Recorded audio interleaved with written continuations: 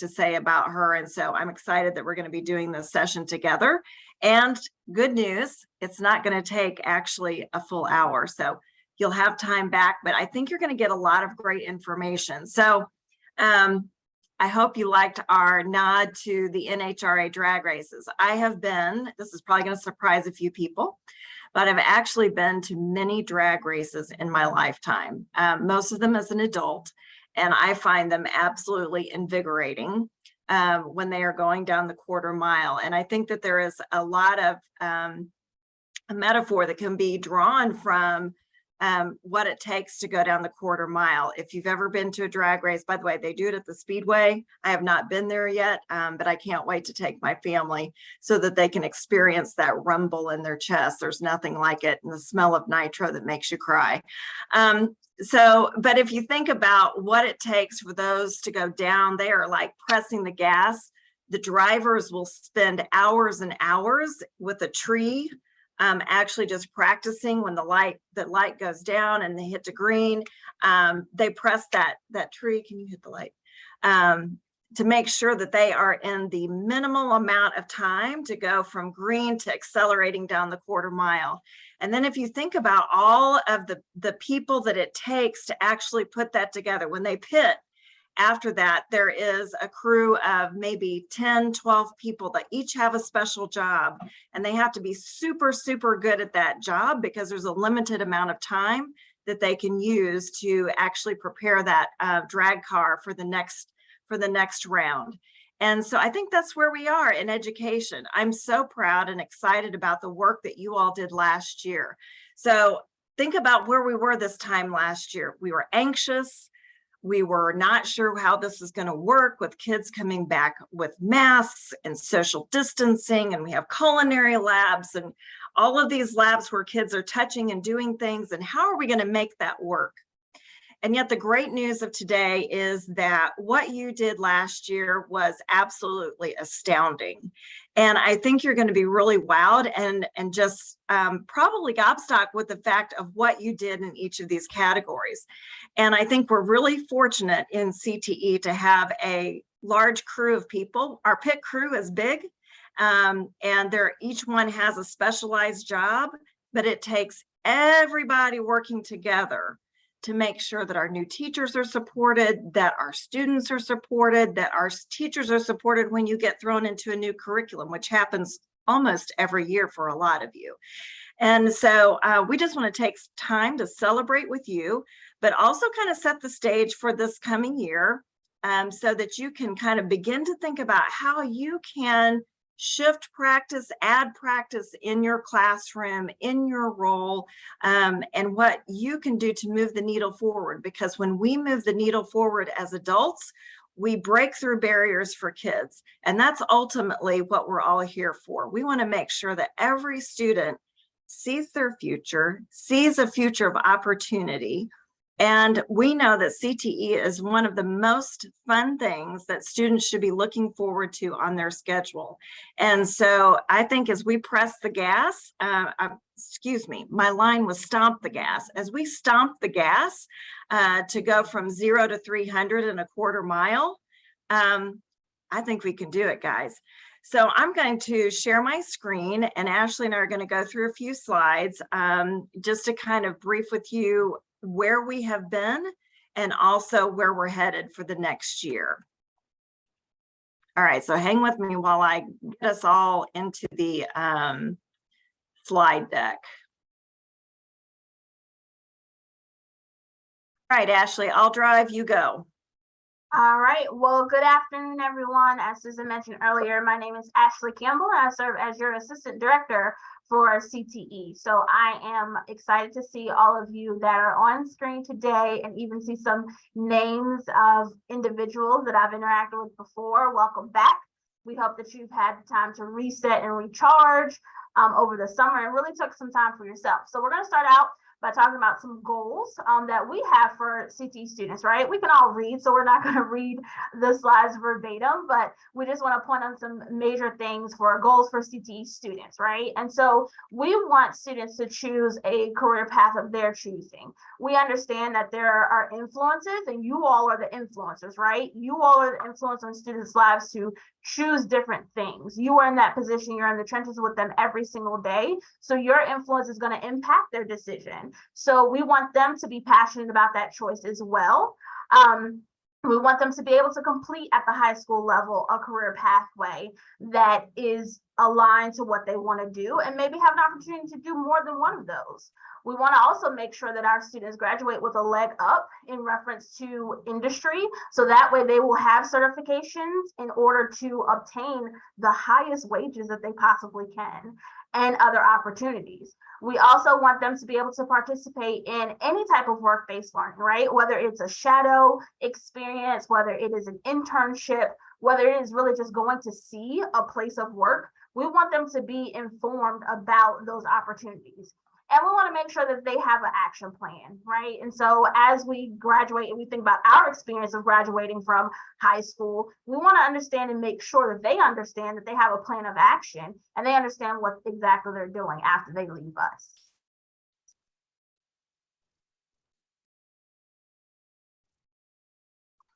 All right. So thanks, Ashley, for setting the stage. So as we think about what's happening in the Charlotte region, so if you recall, the last 2 years, we've actually had industry panels. And this year we flipped the script a little bit because we thought it was time for you to see some of our statistics and where we are. But I want to remind everyone where we are, because I know we have a lot of new teachers who are joining today. And if you have someone who wasn't able to join, please make sure that we will share the recording out. Please watch it together so that you can kind of orient yourself back to where we are, what's our purpose in moving forward. So Hire Charlotte is a committee that I serve on, that is really looking at what are we attracting to Charlotte and what are our main areas of growth in industry. And so those are what are before you. And so I quickly want to go to how that looks on our pathways. So don't panic if you don't see your pathway here, because there's another slide. But you can see that we are highly aligned with where the growth in the Charlotte market is with our pathways. And remember, you can go to discovercte.com to look at more information around each pathway. And I encourage you to really speak about your course and the pathway that it's in, and what does that look like in as far as opportunity in Charlotte. So we know that there's high growth, high yield industries, but we also, as you know, there is, because we have vacancies, we know that there's a demand on the workforce like no other time. It's unprecedented. And so that replacement workforce, we know that there's growth and opportunity in all of our pathways, but they're on this slide only because they were not identified as being a major growth area. So the opportunity abounds with every pathway. And that's one of the key pieces that we look at before we add pathways or move from pathways, is to make sure, is there a workforce alignment with that? Ashley? All right, so as you all know, we offer CTE in middle school. So shout out to all of our middle school teachers that are on the call, or any former middle school teachers that have moved to other things. So we love the fact that students are able to explore different areas of CTE while they're in middle school, right? And so this table will just show you where we currently have our Project Lead the Way as well as other STEM courses within our district. And we want to emphasize that we do make sure the programming offered at middle school is aligned to any feeder high schools, if that exists for your school, right? And so any pathways that are currently available at your feeder high school, we want to make sure students are able to explore those same types of things at the middle school level. For this school year, we had the opportunity to offer the Exploring Trades course at Whitewater Middle School, which is amazing because Lowe's wanted to make sure that they came in and partnered with us as well. So that's a continued partnership for that school and that course, as well as knowing that 90% of our middle schools have business courses there as well. And so we just want to continue to expand upon the opportunity for students to explore and engage in our CTE programming, at the middle school level. I'm next going to talk about a couple of indicators that we look at as we go through our CTE programming and our planning and forward thinking of anything we need to do and want to do for our CTE here in CMS. And so concentrators, these students that complete a pathway and complete up to 2 courses, we look at that. Earning industry credentials. Credentials are super important, and that's done at the high school level. Again, gives those students a leg up when they're exiting the high school. Work-based learning and industry partners. We've gained a lot, which we'll talk about in a little bit, of additional industry partners over this school year, and we're maximizing that potential of our students participating in that. As well as Career and College Promise, or College and Career Promise for CTE. That is a program that we have where it's free for students, right, to engage in CPCC courses. And that allows them to earn that credit for college level courses that they can then use. So those are just a couple of indicators we're going to talk about today. And Susan, I believe I am passing it back to you.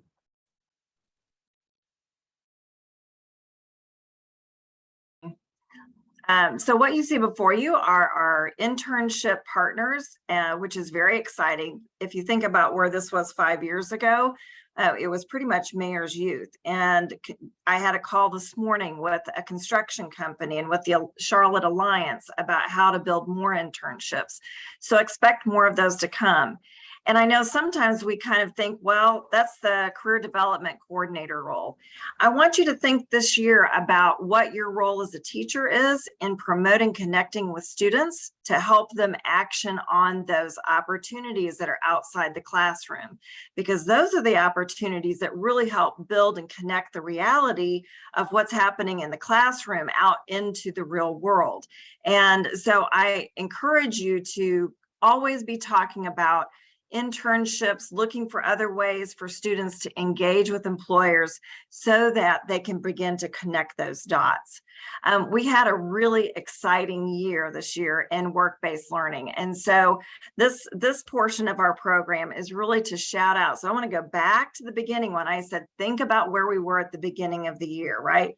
So we were not interested in going outside of our safety zone, right? But as we kind of opened up and realized we could venture out, you all began to really knock it out of the park and knock it out of the park quickly.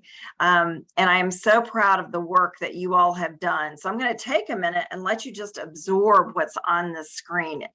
Because when you think about that, last year, 14,557 students took part in some kind of work-based learning experience. I think that's amazing. And so I hope you will give yourself a pat on the back. And for those of you that are in middle school, we want to see some of those things really begin to pick up as well. You can do field trips. You can do career exploration. I know that's a course, but this isn't just about high school, because when you do it in middle school, it contextualizes even more what they have opportunities for in high school. So super proud of the incredible job that our CDCs have done with this work and the leadership of Brian Elliott. But I'm super impressed with our teachers who have leaned in to make sure that kids get these opportunities. So Ashley, I'm going to pitch back to you.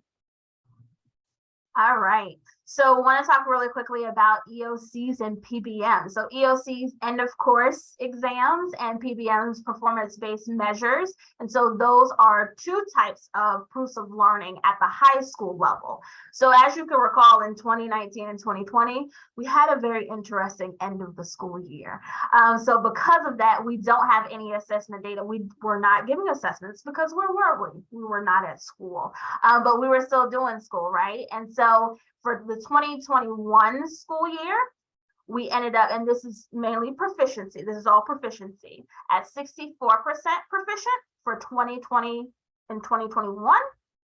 And then for the 21-22 school year, preliminary, we are at 70% proficiency. So please give yourselves a round of applause for that, because you all went from giving no assessments in 2019 and 2020 to giving them again, right? With a very interesting, it's just been a very interesting last 3 years, right? And then to 70% preliminary for the 21-22 school year. So job well done. Want to talk a bit about industry certification. So I'm going to give you a second to kind of absorb what is on the screen. And I want you to pay close attention to where we started in 2016 and where we have ended for 21-22.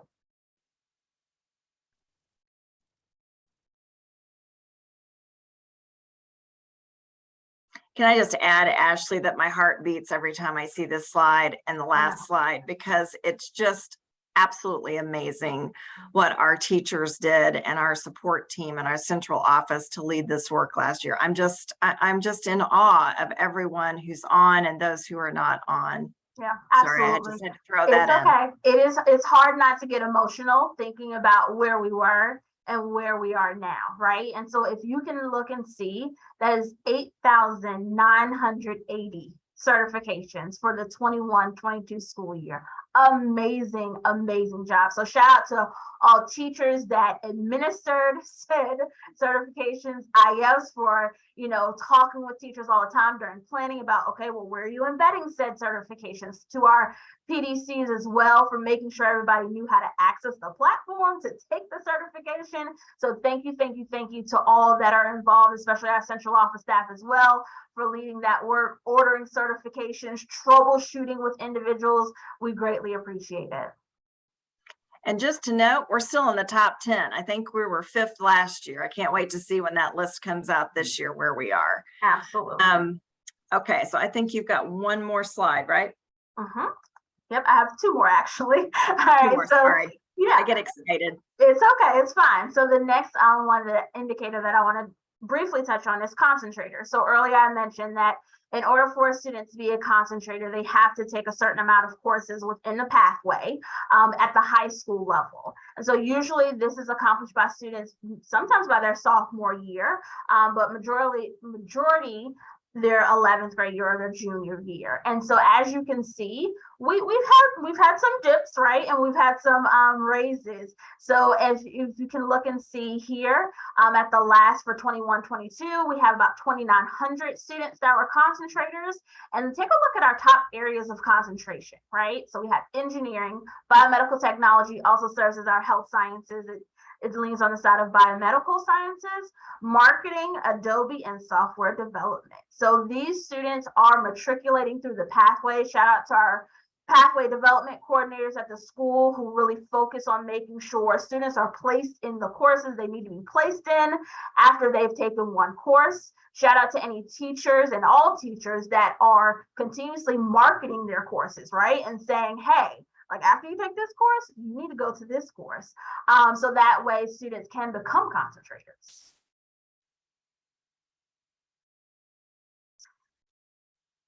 I would be remiss without acknowledging everyone that has played a role in all of the things we just shared. So first, a special shout out to all of our teachers. Like I said earlier, you all are the ones in the trenches every single day.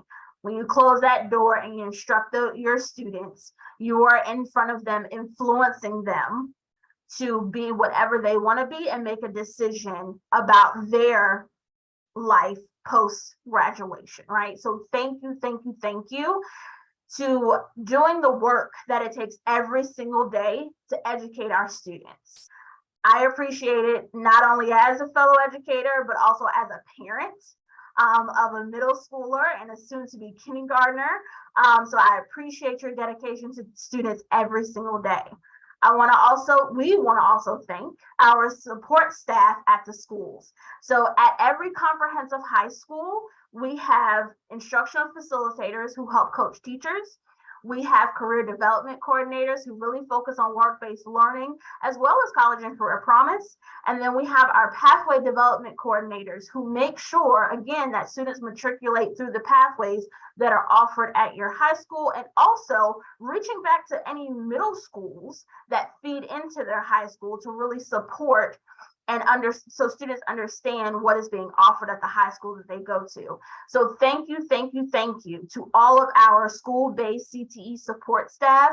We appreciate you. We appreciate every request that comes through on our end. We appreciate you all responding to the call of what you do every single day.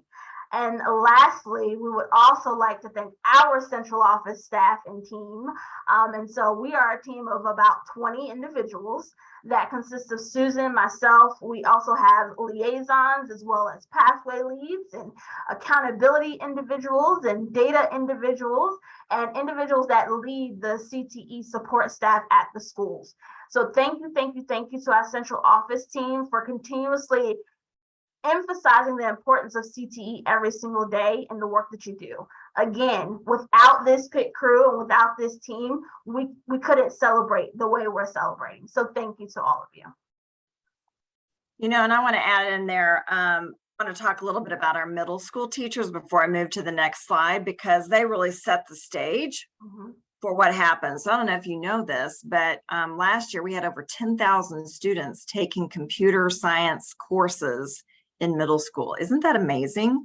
STEM courses, business courses, that all sets the stage for students to go, yes, I want to do that in high school. So I want to also add that shout out to make sure that our middle school teachers understand that they are critically important, even though the testing and assessments and everything might happen for the count in high school. So just want to echo all of the thanks that Ashley has expressed. So we want to add in just a little bit of, and we only have a few more slides, so hang in here with us, of college and career promise.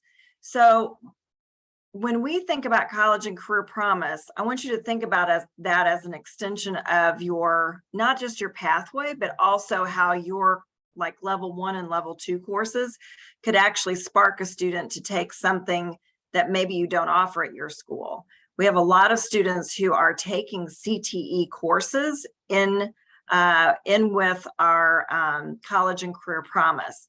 So this includes our middle college data, but we had 2,800 students, roughly 2,900, who actually were participating in college and career promise. And for anyone who's new, that means that they earn dual enrollment credit, and they attend a high school campus. We're going to be changing that a little bit this year with 3 schools that actually are now going to have CPCC instructors on site. Some of you have been doing a sprinkling of that. This is going to be a very intentional move, only because we have areas where we have students that have a transportation barrier. So that we're trying to, again, create opportunity for students. So here's what's amazing. Those roughly 2,900 students took over 11,000 courses, which I think is astounding. On the right side of your screen, you'll see kind of what the breakdown is of when they took CTE courses, what were the clusters that they were really interested in. So those are broad categories.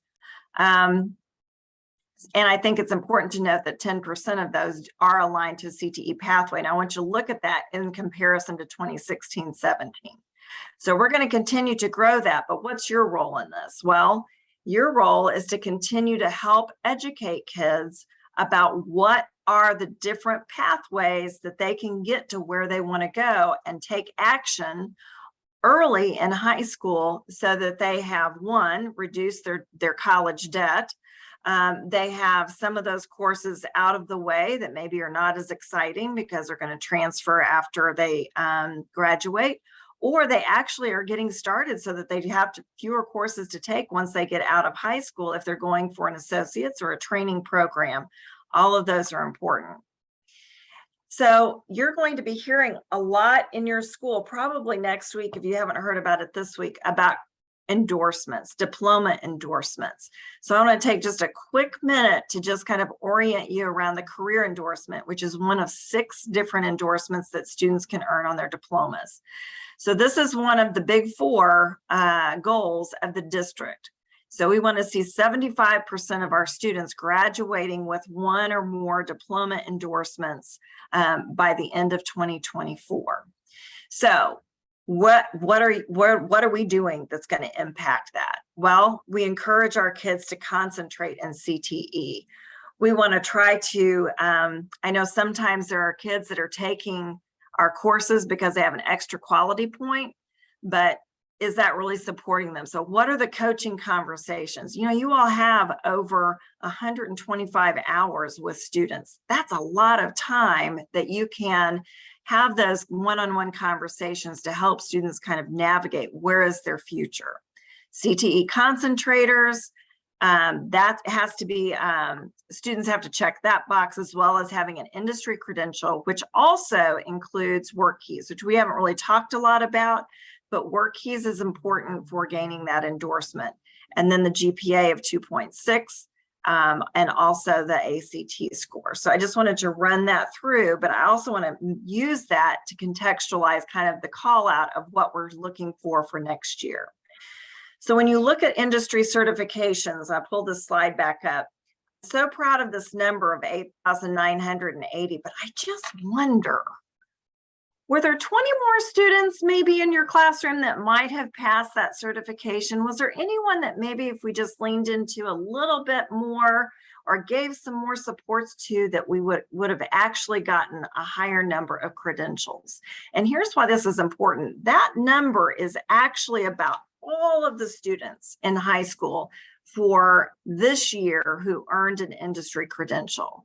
And we had a potential of 28,000. So we're about a third of the way of being 1-to-1. And we purchase enough certifications so that every student can take that certification twice. So we spend probably about $500,000 in our budget towards industry certification. And that's how we're able to grow that. We know that some of those certifications are tough. And so we want to know at the end what we can do to further support you. I want you to think about, it's about just keep swimming, right? So if you didn't give certifications in your classroom last year, what can you do to make sure that every student has that opportunity? If you didn't have a great high pass rate, how can you work with your instructional facilitator to tighten up how you approach certifications to help more students pass? Because that part parlays into this. Now I want to make sure that you see that this number is from 2 years ago. We do not have the data yet for 21-22. That will not be released until October. But from 2021, 69% of our seniors from 2021 earned 1+ CTE industry certification. That's really amazing. And so that part really connects in and creates the base for every student, 69% of that graduating class, to meet one of those markers for the certifications.